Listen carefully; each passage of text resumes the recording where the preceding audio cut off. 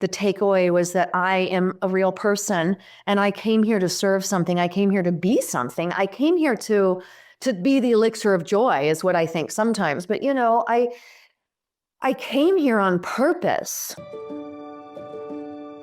Welcome, beautiful souls, to Say Yes to Your Soul podcast. I'm your host, Tessa Lynn Auburn, and I'm so grateful that you're here with me today. This is the space where we empower women like you to connect deeply with your soul, to shine in your business, and live a life filled with purpose and joy. Whether you're seeking to embrace your inner brilliance, cultivate meaningful connections, or be generously compensated for the unique gifts you bring to the world, you've come to the right place. As we navigate the busyness of the new year, we'll explore how to honor the dark, restful days of winter and use them as an opportunity for soulful reflection and renewal. So get cozy, get present, and let's journey together into the season of transformation.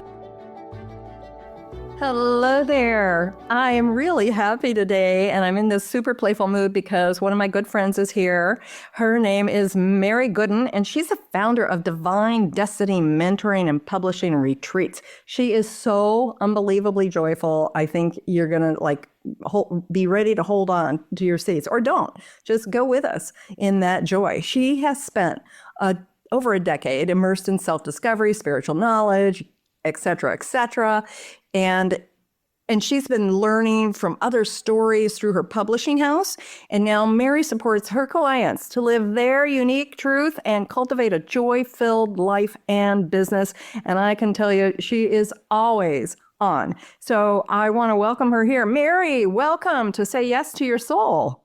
Hey, Tessa, thank you. Thanks for having me. I'm super excited to be here and share how I'm always saying yes to my soul. Yes, you are. I love it. It's like, oh my God, I better make sure I am as high as Mary is today when I get together with her. Let's make sure I don't have any little dark shadows lingering because that light that she shines is just going to show them up like, nobody's business. Mary, you and I have had a lot of fun together. And when I first met you, I was like, who is this person that can have so much joy and positivity in her life? I'm like, I want to know her. How are we going to do this? And fortunately, we had an opportunity to get together and do all this fun stuff together in Texas. And we're meeting up again in Sedona. And I was like, well, wait a second. I want her on my show, but, has anything bad ever happened to Mary? Is there any soulful story there where she actually had to go deep, and life sucked? And so I want you, whatever is coming to you right now, Mary, that you feel you want to share with our listeners today. Just go for it, girl. Well, creating an elixir, an ever-evolving, overflowing vial of elixir of joy does come with its soul lessons. So I do have a skeleton or two. So you're human. Oh my goodness. Yes. Yes. A living, breathing, heart-beating human. And I have walked some things. And, everybody walks a different path and everybody sees their circumstances, their soul lessons, their experiences in the perception that they choose to see them in. But there was a dark night of the soul. And I don't keep my skeletons locked up, though, everybody. They're way out in the open. Life had been pretty simple for me as a child. My mom was a creative. My dad was very traditional. And so I had a good balance of masculine and feminine as parents, which is really where it all starts for me, because I believe we choose our parents. They showed me a lot of things. I had 3 elder siblings. I was the youngest. I was treated like the youngest, and I was the first one to leave the house. That's unusual. Yeah. Yeah, 17 years old. I was this old soul. Perhaps you've heard it here on the show before, right? This old soul was like, let's go. No time to waste. Let me get out there. Yes. I don't think all of us have that, I have to burst out now or I'm going to die kind of thing. But I know that that's you had that, right? I know you had to do it. And I think that's part of what makes you really a special a special being to be around and to learn from. Thank you, Tessa. Yeah, I hit the road. I always tell people this part of the story, like I wasn't pregnant, but I got married at 17, right? I loved my parents. I wasn't running away from them. I think that I was running towards this. Now that we're talking about it, I was running towards who I am right now. So that's fun. Thank you, Spirit. So I married my high school sweetheart. I called it my 25-year forever, which is the first story I shared as a publisher. As you said, Tessa, I support others in sharing stories of their soul, their dark nights, their what I like to call their activations. And so 25 years I spent with this still want to call him an amazing man. So I like that. But we had 2 children together. We waited about 10 years to have kids. I waited, because I was controlling and managing everything in my life at the time. Who can get that? Like, I thought I was the one that made the world go round. Like me, just me though. Remember? It was Yes.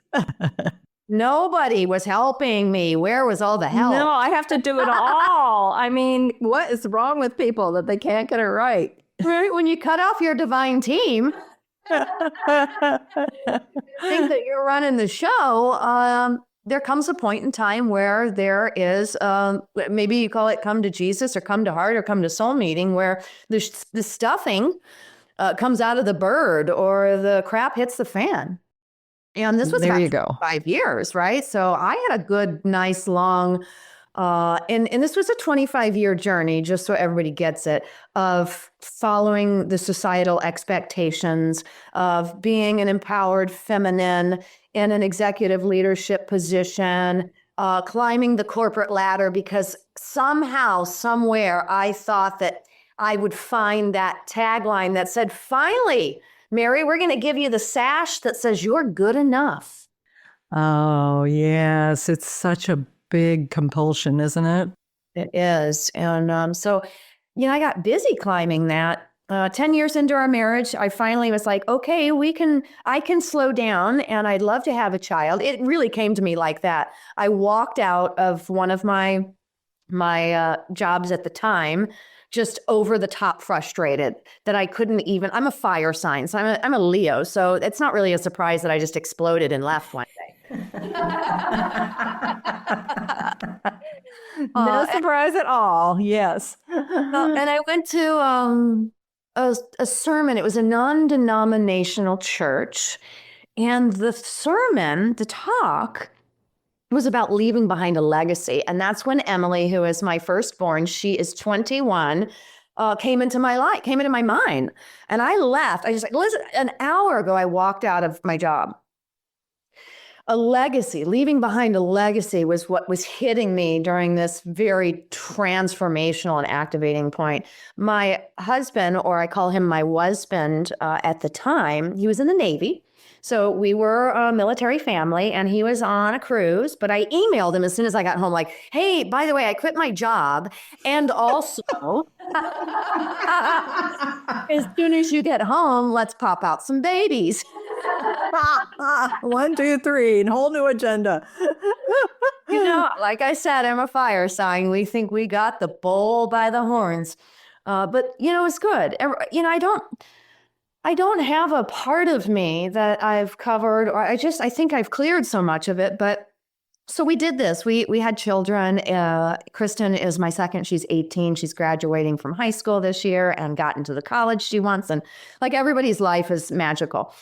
But this time in my life when I now had kids and he was in the military and I had a passion to teach fitness for a little while and make yoga pants and still bring home some bacon and pay some bills, because some of you might recognize we become a slave to our paycheck. And we had all these materialistic things, again, that were supposed to reek of success.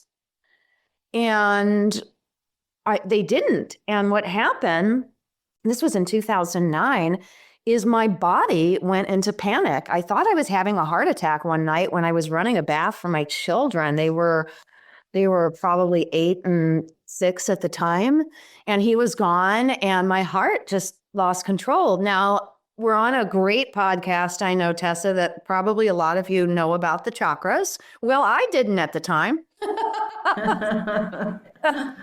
These are the energetic set points in our body. But basically now what I know is my heart was speaking to me. It was going into panic. It would wake me up at 2 a.m. every night. And I would call, after I went to the hospital for the first time, and they're like, you're okay, but you have panic. And here's enough Xanax to put down an elephant. And I was like, no, I don't want medicine. This is not my life. But it was for 4 years. Yeah. For 4 years, it was my life until I felt that I could get myself into a place where I could really choose me. And again, this was my heart, my soul calling. So when the moment came where I was like, I'm going to resign, and my sister was interested also she taught fitness. And there was a little fitness club for sale here in Louisiana, New Orleans, where I am today. And it just lit me up when she's like, they're selling it. And I was like, this is it. This is my moment. Because I was also teaching fitness. And when I was dreaming about what my ideal life would look like at the time, it was, I'll just teach fitness classes and I'll retire. I was 38. So I was 38. I started. Well, that's a great dream for somebody 38 right? years old. Yeah.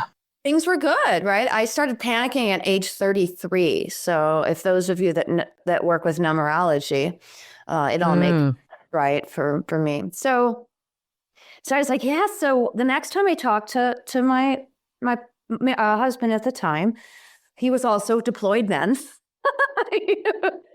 And I was like, he had just deployed actually to Japan. So he was on potentially what was going to be his last, I don't even remember what they're called anymore, his last tours of duty. Thank you, Tessa. As a military wife for 25 years almost, and I can't. But anyways. Well, you have to block out some of it. Yeah, you let go. I call it letting go of these wagons that we potentially pull around. Like I, in my mind, went to San Francisco where they have some big hills, and I let my wagon just fly down the hill.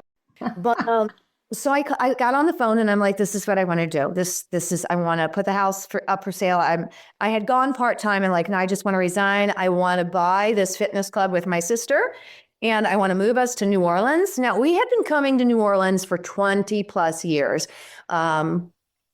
He loved making beer. He loved drinking beer. And they had a lot of breweries. They have a lot of breweries everywhere now. But this was a time where they were kind of up and coming, if you think. Yes, all the little microbreweries, they were starting to like be the thing. Yeah. In bigger cities, you were getting them. And they had them here. And while he was home, during his spare time, he was making beer in the garage.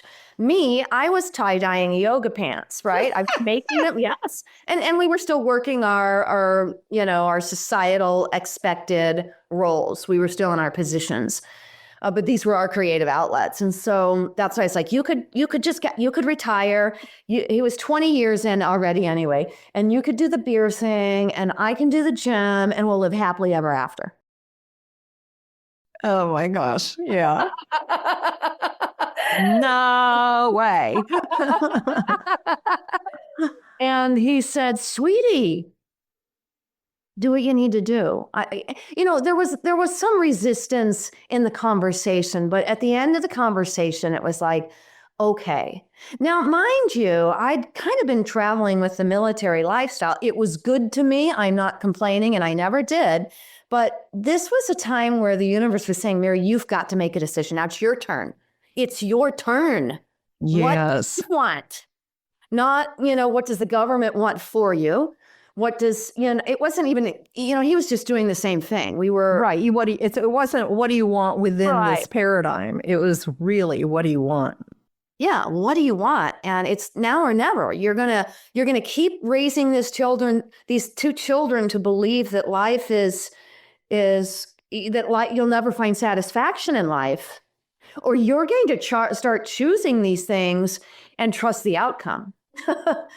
And so I did. And, that was it. And he's like, do what you have to do. And so I did, Tessa, everyone. I put the house on the market.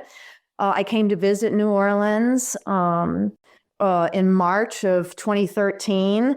The house went on the market as soon as I got back. I found a house here to put a contract on. I mean, it all happened so fast. Very fast for you. It was my soul's, it was part of my soul speaking. So at this point, did you get that it was your soul, or did you think about having a divine team or any of that? Or you just were like in the flow and you're just like, I just know I have to do it. I wasn't in the deepest connection like I am now, but I was yoga certified. I was aware of Reiki by the time that I left. I'd been yoga certified for about 5 or 6 years. And so, yeah, the yoga teacher's having panic attacks. Isn't that fun? But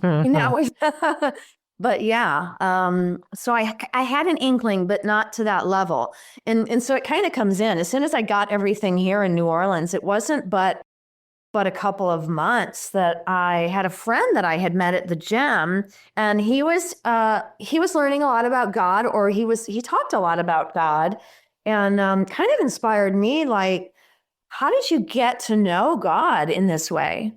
So, as we all know, people come into our lives and they invite us to something or inspire us. So that was one of the big questions. But the other one is really fun and really true.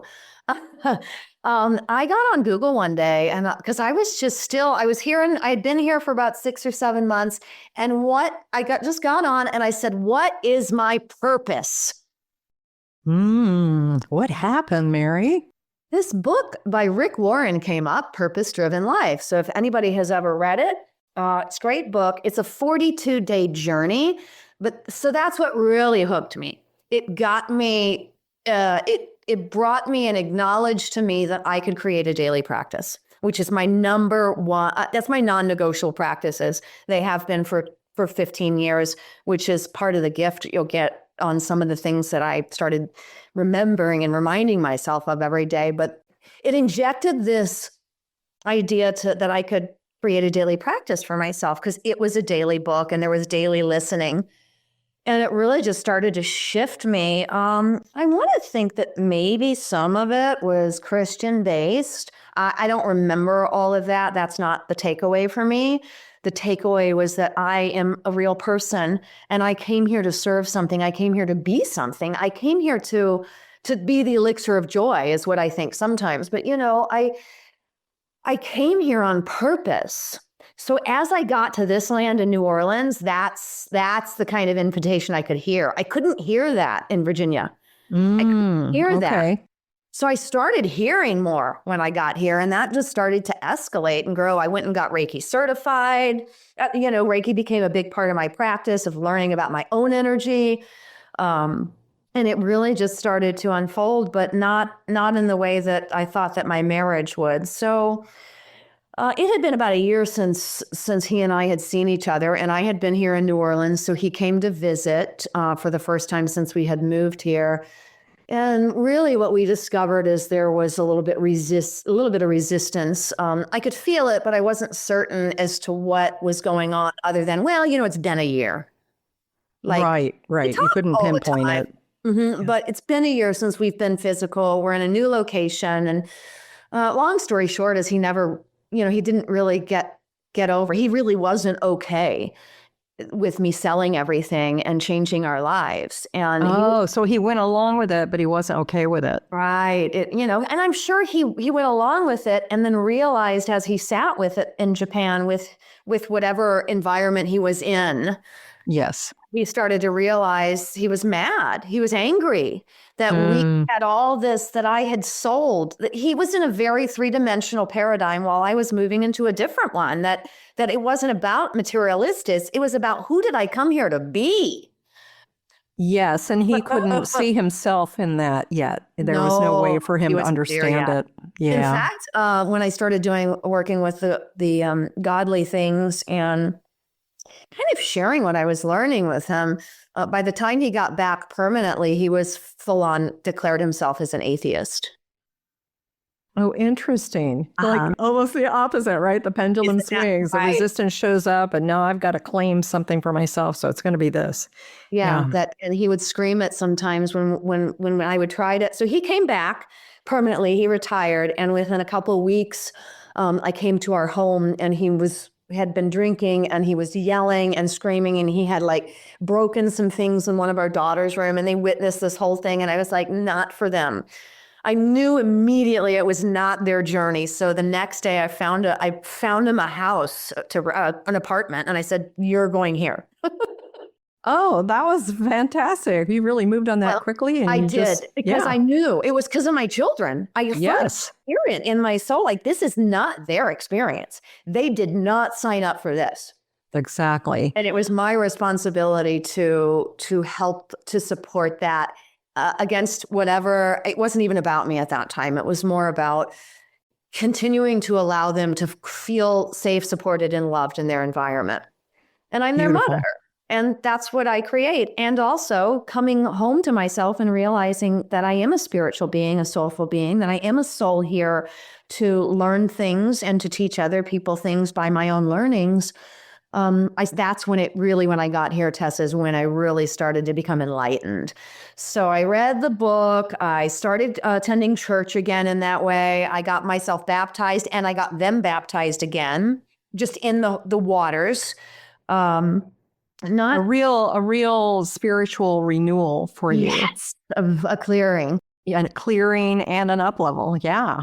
Yep. And by the time he got back and I got him in an apartment, he didn't talk to any of us for about 8 months. He was going through his own dark night.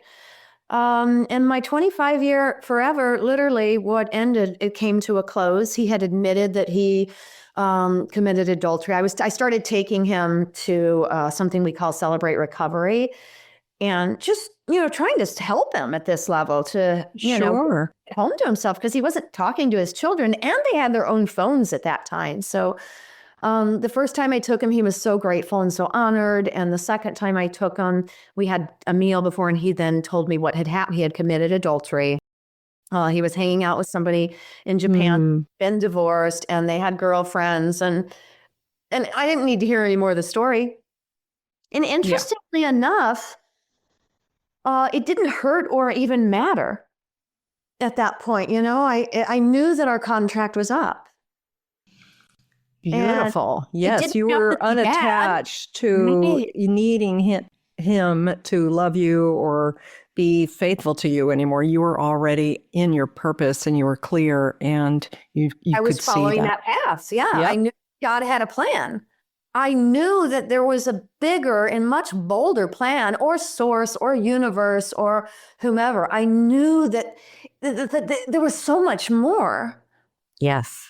And it wasn't about, traditional worked for those times.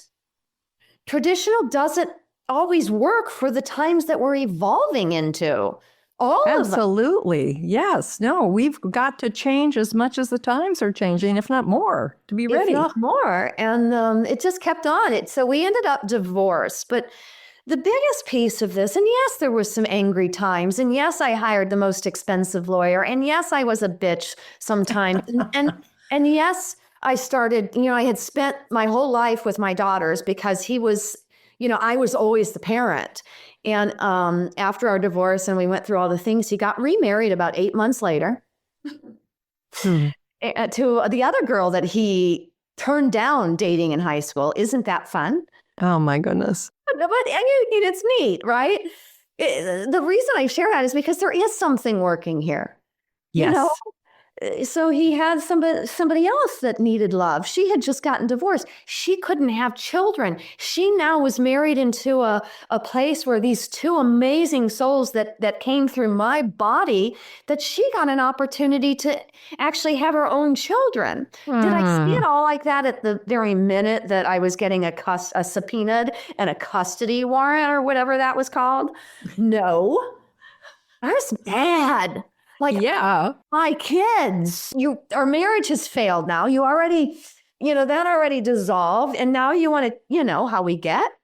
Oh, yeah. Possessive, controlling. Right. So those patterns start to come back in. Well, at what point did you start to come back to your new being in your personal relationship? Reiki. I scheduled pity parties. I created my 3 non-negotiable practices: daily connection, daily movement, and daily celebration. one psychiatrist that I saw, I had gotten myself off this medication. I forgot about that. So I was on this small dose of Celexa for the panic attacks. And about 3 months after I moved here, I weaned myself off by half doses, and then it was gone. So it was all like a big soul, what do we call that? Were they calling that? Gosh, I'm sorry, my words aren't. It was a timeline jump for sure. Ah, yes. You know what I'm- Jumping into a whole new paradigm timeline for yourself, But I had seen like a a lady- parallel universe. Yeah. And she said, schedule pity parties. And so I just started clearing it. And I used the newfound knowledge of being connected to something way bigger than me, making it way more than about me. It's about who I can be. And I just kept practicing that. And Tessa and everybody listening, I still practice that every day. This is not a one and done. That's right. Yeah. It's not a one and done. So there's my dark night. But the neatest part about this, so then I dated somebody I like to call him my rehearsal. And then I ended up meeting Richard, who is my husband now, who is just a pure delight of being a witness to me as I continue to evolve and excel in some of the most magnificent times that we're in. He's a Capricorn, so he's holding true to his rootedness and structuredness, while the fire just transverses across the world. But I just kept with my practices, and I kept coming home to me, which is how I met. I believe I attracted a person like Richard because I was in my most authentic self. I got to know me. I wanted to see me. And that is a relationship that is still a daily practice, but that's what I focused on, Tessa. Long and short, how did you release yourself from some of this trauma? I focused on me, seeing me, asking myself why do you feel this way? What, kind of putting it all out there. So I know that you're sad. Let's talk about why you're sad and really get to the nuts and bolts of it all. And that helped me build a deep relationship with myself, which I invite everyone to do that, because most of us are like, I just want somebody to see me. I just want somebody to love me. And it really is, it's you wanting you. If you feel like you're not being seen, go see yourself. I think that's beautiful. And of course, this is what everybody who's, in service of support to people on their soul journey is holding that for their clients. But people resist it. They still are, I think, sometimes afraid. They're afraid of what's going to happen, when they get into the nuts and the bolts. Like, and when I do roadblock sessions, removal sessions, for example, they're like, well, I don't want to ask that question. I don't know. And some resistance can come up because there's fear there. Some people feel, I had somebody not long ago who said that they were afraid to look at that and to feel it because they thought that they wouldn't be able to come out of it, that it would be a big pit of despair kind of a thing. And for what's the advice you would give to someone if is happening? Yeah. I love that you just went there, because you're right. It is fear. And it's not really advice. It's what I did. I tell you, it's my 25-year forever. Somebody then, along came a spider and said, oh my gosh, would you share your story in this book titled Phoenix? And I was like, I don't have a story. And then I was like, I don't write. And within seconds, I still text back, yes, because that's exactly what I needed. I needed to tell the story. And so I wrote a story about it. I wrote a chapter in a multi-author book, which is why I now have a version of me that is a publishing house, Divine Destiny Publishing, and I hold space for other people to do just this because of the fear. And so I say, write it down, tell a story, tell your story more, get into circles, because that's what multi-author book was. It was a circle where women from all over the world were divulging this. And at the end of that, so I shared that story. I shared everything, in this version of what we just talked about in this podcast, my 25-year forever. But the neatest thing came of that, Tessa, and what I realized after writing the story, and oh my God, it's being published and everybody's going to see, even though it really isn't that bad. It's not that bad. I don't want to compare, but is that story. But it's still your story. You're the one that had to go through it emotionally, right? And we all have that story that maybe it sounds harder to somebody else or less hard than somebody else's story. It doesn't matter. We're all getting the stuff that feels just as hard for us as it does for another person going through their story. True. Mm-hmm. And so for me, what it did is I realized I was like, oh my gosh, Source, God, Divine gave me that. That was my life. That story was so I could say yes to this book, because after that, my whole world opened up. Literally. I said yes. I shared that story. 4 months later, I shared The Journey to Your Soul. I shared in another multi-author book titled Awakening, and that was like finding your soul's path through yoga, Reiki, and meditation. So then I shared the skills that I had, and then 8 months later, here I was holding the space as a publisher for other women to do the same thing. Writing is cathartic. It's so healing, right? When in doubt, I say, write it out. But I don't want to just kind of peruse by this. I believe that 25-year forever was the very it is the catalyst. If I didn't have my story, I wouldn't be able to hold this space in the way that I get to hold space. I wouldn't have found my own joy elixir. I wouldn't have realized that everything is innate. It's in me. And that once I discover that, then I can support other people through their own fear and coming home to their own self. And one way that I get to do that is through writing. I use a lot of other modalities. I love affirmations, which I have a gift for you that are very powerful affirmations. But that really, I believe that to my whole of hearts. And I love my story now. I mean, I love my life because of it. Like, what a gift to walk through that and come out of it with such a joy. And yes, when you go through it, you don't stay in the fear and the icky. You come through it, and then the joy is there on the other side. And then my why, when somebody asked me 2 years ago, I was on a stage in Denver, and it was like, tell everybody your why. I did it to show my daughters what else was possible.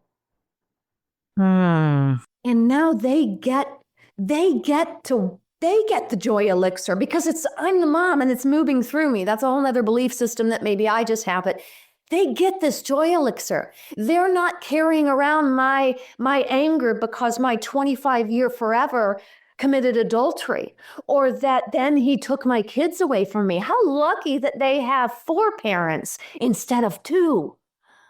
Beautiful, all of it. And they're safe. They feel, I can tell by the decisions that they make. They're 21 and 18. They feel safe inside their body. They make decisions for themselves, and so it just keeps me being in this joy that you speak, that you see me as, and most people do. It's limitless. Yes, it is. Because I can see the outcome every day by just looking at my daughters, or the people that are attracted to me, or that I attract, or that move towards me. I made a post, a really big loud post the other day. I'm so deeply grateful for the clients I attract. They make it easy for me. Yes. Completely opposite where some of you soul-inspired entrepreneurs are. But the bottom line is, because every morning I get up and I connect with myself. I see me. I share me with me, and I say, show me the way today. What is mine to share? I've had a lot of, I've had quite a bit of support, not as much support from a human perspective than it is that we have a divine team. We all do. Yes, we do. And you found your way to your team. You were inspired to follow that path and to listen to those messages, and it became part of you. And this is part of your gift. I do want to highlight something that you said a few minutes ago. You said write it down, tell your story, and get into circles. And you know the power of this. I know the power of this. It's one of the things that we're doing at retreat when we go to retreat in February. This being in circle is so important, to be in a safe circle and tell your story. And when I think there's a little confusion about what that actually means for a lot of people, a lot of listeners, because they think, oh, I'm supposed to, tell the drama and the this and the whatever is all these details, and nobody's going to want to listen to it. But when you're in a beautiful, sacred circle with the right people, your story evolves in the moment it comes through your heart, and you don't have to think about the words.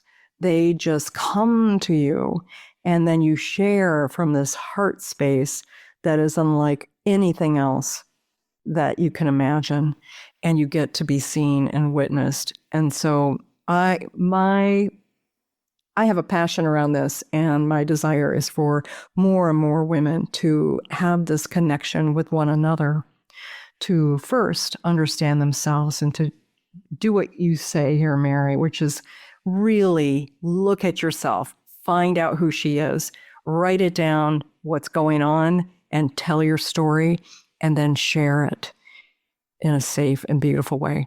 Yes.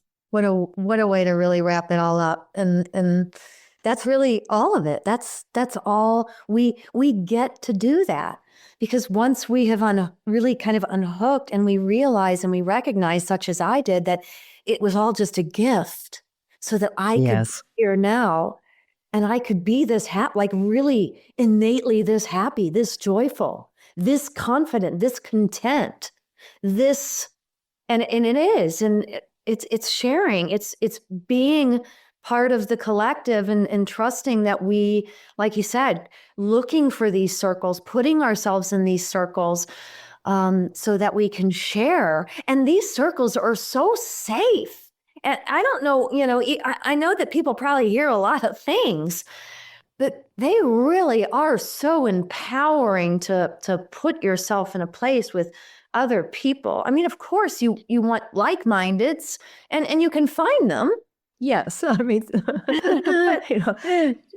circle does not equate to cult, right? That's a whole different thing. You want to find people that you can trust, and it's going to be safe to be with, safe emotionally to be with them. And that means, people who facilitate, who have strong boundaries, who know how to guide people to be safe and how to speak their own truth without getting into like codependency and stuff like that. So those people are out there. Mary's one of them. I'm one of them. I know there are others. I want to encourage all of you who are listening to find your circles and tell your story and share your love and your gifts. And Mary, I know I want you to be able to have a moment here to tell people how to connect with you, and that you've got something amazing for them. Yeah, I'm so easy to connect with. It's marygooden.com, just like my name, MaryGooden. It's Mary Gooden on all my socials. Like, that's who I be. Yes, indeed. So I had this magical book come out of me when I was running down the street in Sedona, because I share my time between New Orleans and Sedona. And it was my 33 Abundant Affirmations book. And it really was the universe, God, Source, Divine said, please write a book for everyone in the world, sharing the very sequence, the string of words, which is what affirmations are, that you have used over the last decade to be this elixir of pure joy and love. And I was like, what? And Sedona was like, yep. And in 2 weeks from idea to Amazon. So what I have for you all is my gift. It is Abundant Affirmation mini journal. It does have the activating logo pages with it. Yep, they're activating pages that if you write on this logo page, your desires, along with the affirmation that goes with it, that they are to be brought into fruition immediately. It's reactivating this logo. And again, this is just what I've learned from my divine team and following my deepest voice of my soul. And so I've put together a little package of 3 of my favorites. So you can get it as a digital and then just print it out or have Staples do it or whatever, because I don't have a printer anymore either for those. Me either. I travel light these days. Yeah. Staples. And I send them the email of what I want them to print and they just print it out on some really nice paper. But that's what it is. It really is, these affirmations, because I know people are like, oh gosh, affirmations. These strings of words reminding myself of who I am, who I get to be, how I can be, literally changed my life. And they make the truth about it, like Tessa and I have met in person, the truth about it, because my second book is titled, Let It Be Easy, Let It Be Fun. These words is what brought this truth to my life, that everything is easy and fun. Everything has a purpose, and that purpose is designed to make my life easier, either right now or somewhere along the way. And so I'm like, well, let's have some fun with it then. Indeed. That's a lovely gift, Mary. And I think people will really enjoy your affirmations. They're a unique combination. They're really lovely and definitely energy raising. And Mary, I want to thank you for coming into my life and making it a lot more fun. And I always just love being with you and learning with you and learning from you and making things as easy as possible. I'm laughing at myself because sometimes I have the thing where I like to make it hard. So I'm in the process this year of letting go of all of that and embodying more of the ease. So thank you for shining your light, for following your soul's gifts, for following your soul's path where you're like, nope, this is what my calling is. I'm going to do it. It's going to happen. You didn't like figure it out. You didn't stop yourself because some little detail was in your way or somebody's feelings were going to get hurt. You went forward. You let that fire inside you burn bright. And I love that about you. And I really want to thank you for being here on our show today. Thank you, Tessa. Ditto, ditto, ditto. And the pleasure truly is all mine. It's a blessing to know you. So thank you. All right. That is our episode for today. And, let us know how you liked this episode, what you liked about it. Feel free to write me at tessa@realizesoul.com and share this episode because it is activating unto itself. I know that for sure. Okay. Lots of love to you. And I look forward to being with you again next week. Bye-bye for now. Thank you for joining me on this soul nourishing journey today. I hope you're feeling inspired to embrace the stillness of the winter season, connect with your inner wisdom, and allow space for your soul to rest and regenerate. Remember, the darkness of winter is not something to fear or to rush through. It's a powerful time for growth, for healing, and for accessing divine guidance. Before you go, I'd love to invite you to take a moment to reflect on today's episode and perhaps explore the meditation I've created just for you. It's designed to help you connect with the angelic realms and invite love and guidance into your life. You can find it at sayyestoyoursoulpodcast.com/multiverse meditation, and I'll also link it in the show notes for you. If this episode resonated with you, I'd be so grateful if you could leave a review and share it with someone you think might benefit from this message. You deserve to say yes to your soul, and I'm here to support you every step of the way. Until next time, take a deep breath, honor the quiet, and trust that the universe is working in your favor. Stay present, stay connected, and most of all, stay true to you.